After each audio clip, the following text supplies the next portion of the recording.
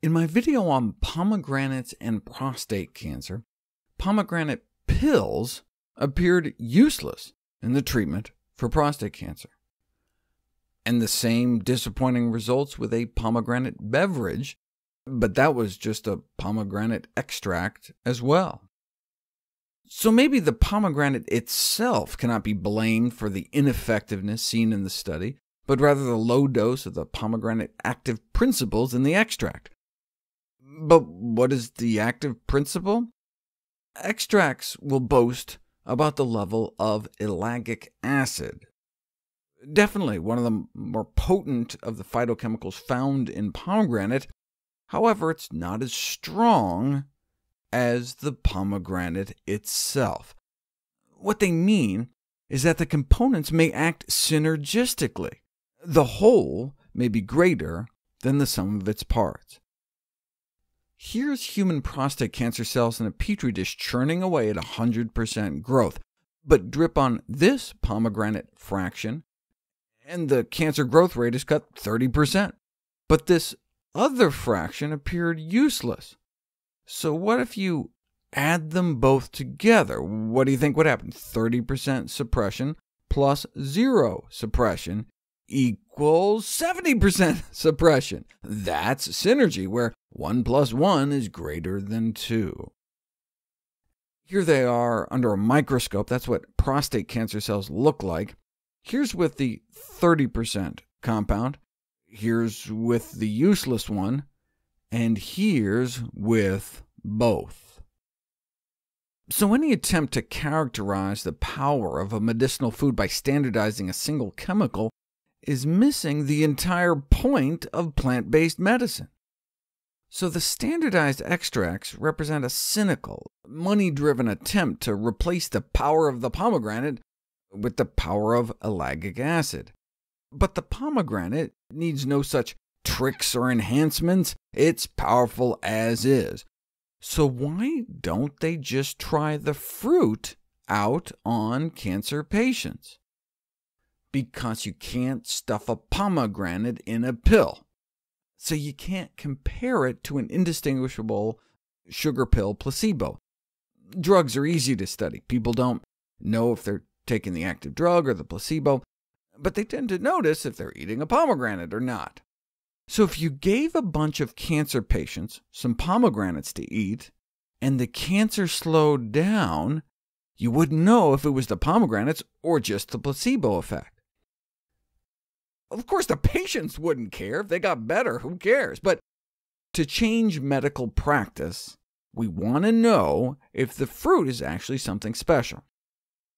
I suppose you could create some kind of pomegranate smoothie versus some fake smoothie, but that sounds logistically difficult. So researchers tried powdering it.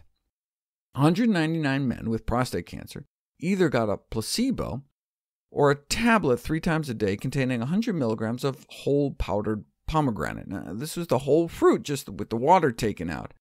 But, even so, how much can you fit in a tablet?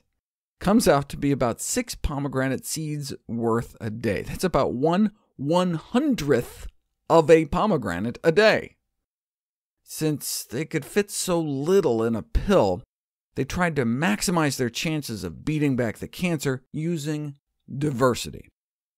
If you have 2 groups of people eating approximately the same amount of fruits and vegetables, but one group ate a relatively low biological diversity diet, where they ate tons of really healthy foods, but just less variety, than smaller servings of a high-diversity diet, which group would win in terms of protecting their DNA from free radical damage?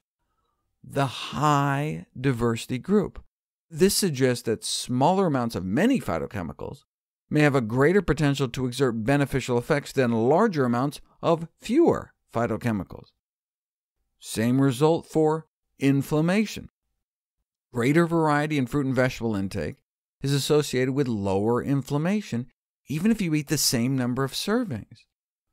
Same with improving cognitive function. Greater variety in fruit and vegetable intake was associated with a better mental status, executive function, attention, and memory function in some cases, even after adjustment for total quantity.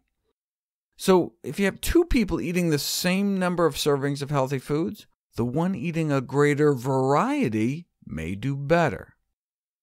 So the researchers didn't just put in some pomegranate powder, they added some powdered broccoli too, and some powdered turmeric, and some powdered green tea concentrate. So a fruit, a vegetable, spice, and leaf. But tiny amounts. That's like 1 floret of broccoli a day, less than an 1/8 teaspoon a day of turmeric, and about 1/6 of a tea bag worth of green tea. All great plans, but could such tiny amounts actually affect the progression of cancer? Yes. In the group of men with early-stage prostate cancer trying to avoid surgery, the PSA levels rose in the placebo group, rose nearly 50%, indicating the cancer continued to flourish. Whereas in the pomegranate, broccoli, turmeric, green tea food supplement group, the PSAs didn't rise at all. And in those with more advanced disease, already had surgery or radiation trying to avoid chemo, a 70% greater rise in the placebo group. That was enough to significantly delay some of the more toxic treatments. So significant, short-term, favorable effects. See, they only had enough money to run the study for 6 months, because it was a non-commercial endeavor funded by charity. This wasn't some supplement company. In fact, there was no supplement until the investigators dreamed it up from scratch. Of course, now there's a supplement, given the study's extraordinary results, but the only reason the researchers put the foods in pill form was to match it with the placebo. In my mind, what this study should tell cancer patients is to eat curried broccoli with fruit for dessert and sip some green tea. A completely plant-based diet may even shrink the tumor, not just slow it down, but there's no reason we can't do both. A plant-based diet chock full of especially powerful plants.